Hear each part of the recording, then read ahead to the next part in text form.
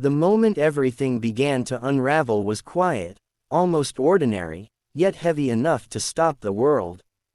A wooden utility pole stood at the edge of a calm neighborhood street, and a freshly taped missing poster fluttered gently in the afternoon breeze. The face on the paper was young, smiling, and painfully innocent. Standing inches away from it was a woman who had conquered boardrooms, markets, and entire industries, but now her hands trembled as if she were holding her own heart. Across from her stood a small girl. Thin, serious-eyed, carrying a truth far bigger than her age. What she revealed in that fragile moment would break a millionaire woman in a way no financial loss ever could. If you believe in kindness, second chances, and stories that remind us what truly matters, please like this video, comment, share it with someone you care about, and subscribe to Kindness Corner, and tell us in the comments where you are watching from. It means more than you know. Her name was Celeste Rowan, a self-made millionaire known for her steel nerves and impossible standards. She had grown up with nothing, slept in her car during college, and clawed her way into a world that had never welcomed her.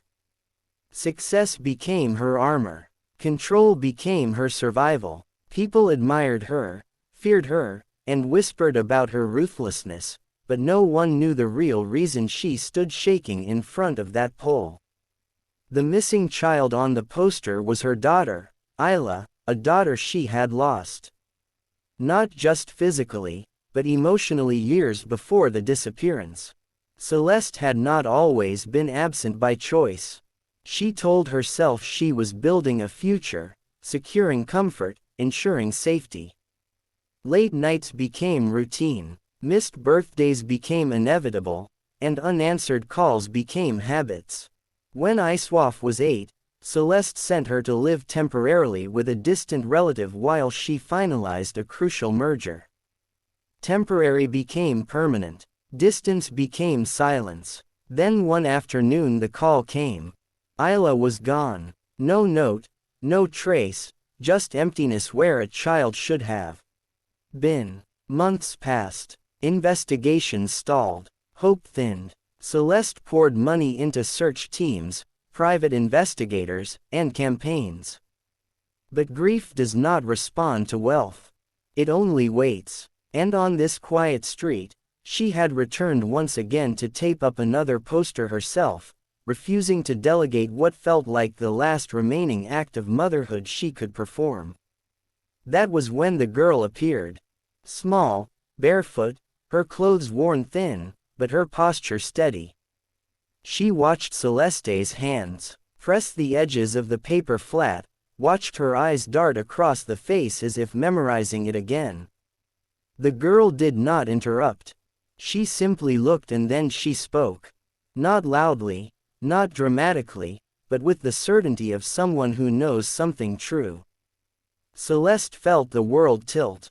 She turned slowly, studying the child's face, searching for confusion, mischief, or cruelty. She found none, only seriousness. Experience, a kind of sadness that children should never carry. Celeste tried to steady herself, telling her heart not to leap, not to hope. But hope is stubborn. It pushes through cracks. You thought we're sealed forever. The girl explained in fragments and gestures how she had seen the missing child before. Not on television, not in newspapers, in real life, somewhere ordinary, somewhere forgotten by people who move too fast to notice small things. Celeste listened without interrupting, her breath shallow, her mind racing between disbelief and desperation.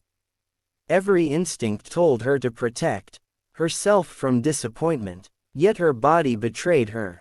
Tears welled, her knees weakened. What broke Celeste was not the possibility that Isla might be alive. It was the realization that while she had been chasing success, her daughter may have been surviving kindness from strangers. People with nothing but time, warmth, and shared hardship. People Celeste had never noticed. The girl did not ask for money. She did not ask for praise. She only pointed, explained, and waited. In that silence, something inside Celeste collapsed completely. She knelt on the pavement, her hands pressed to her face, sobbing without restraint. Years of guilt poured out. Every missed bedtime, every ignored message, every moment she had chosen power over presence. Celeste acted quickly after that. She followed the fragile trail the girl described. It led not to a grand reveal or instant reunion, but to a long painful process of truth, shelters, records, forgotten systems, and finally confirmation. Isla was alive, changed, scarred, but alive. The reunion was not cinematic. It was awkward, quiet, and uncertain. Isla did not run into Celeste's arms. She stood guarded, cautious, her trust worn thin by time. Celeste understood then that finding her daughter was only the beginning. Love could not be bought back. It had to be rebuilt slowly, gently, honestly. Celeste stepped away from her empire. Not abandoned it, but reshaped it. She redirected resources toward family services, child protection programs, and shelters that caught the ones society dropped. She learned how to listen instead of command, how to wait instead of demand. Most importantly, she learned how to show up. The girl who had spoken up that day never asked for recognition. But Celeste made sure her life changed, too. Education, stability, a future no longer defined by survival alone. Not as charity, but as gratitude. Years later, that same utility pole stood quietly, its surface bare. No missing poster, no desperate hands, just sunlight and time passing.